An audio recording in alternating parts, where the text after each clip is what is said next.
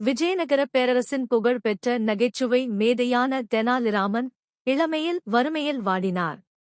தன் வாழ்வு சிறக்க வேண்டி ஒருநாள் காட்டுப் பகுதியில் இருந்த காளி கோவிலில் கடுந்தவம் இருந்தார்.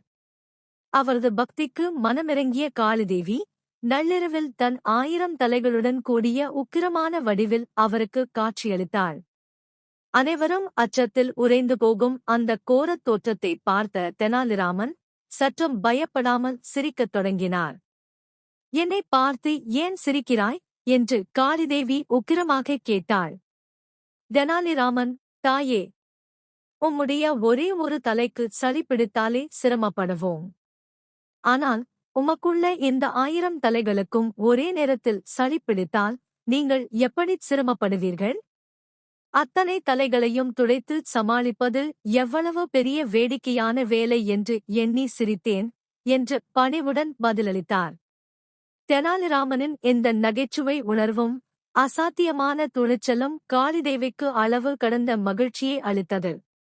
நான் மகிழ்ந்தேன் தெனாலிராமனே. உனக்கு வரமளிக்க நான் 2 கிண்ணங்களை கொண்டு வந்திருக்கிறேன்.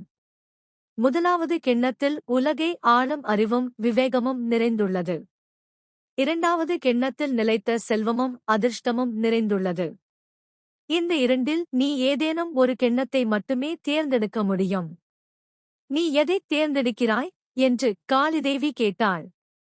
தெனாலிராமன் ஒரு கணம் சிந்தித்தபின் சற்றும் தாமதிக்காமல் தன் கையிலிருந்த ஒரு காலி கிண்ணத்தை எடுத்து 2 வரங்களும் இருந்த கிண்ணங்களில் இருந்து பானங்களை அதில் ஊற்றிக் கலக்கினார்.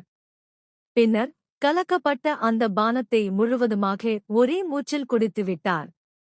தாயே, நீங்கள் ஒரே ஒரு கிண்ணத்தை மட்டுமே தேர்ந்தெடுக்க வேண்டும் என்று சொன்னீர்கள். நான் என் கையிலிருந்த ஒரே ஒரு காலி கிண்ணத்தைத் தான் தேர்ந்தெடுத்தேன். இப்போது உங்கள் அருளால் அறிவும் செல்வமும் என் உடலினுள் கலந்துவிட்டன என்று சாமர்த்தியமாகக் கூறினார்.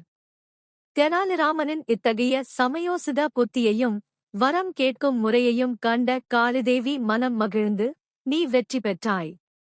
உன் புத்திசாலித்தனத்தால் நீ 2ஐயும் அடைந்து விட்டாய். நீ பெரும் அறிவாளியாகவும் செல்வந்தனாகவும் புகழ் பெற்று விளங்குவாய் என்று ஆசீர்வதித்து மறைந்தாள். அன்றிலிருந்து தெனாலிராமன் அஷ்டதிக்கஜங்களில் ஒருவராக பேரரசில் புகழ் பெற்றார்.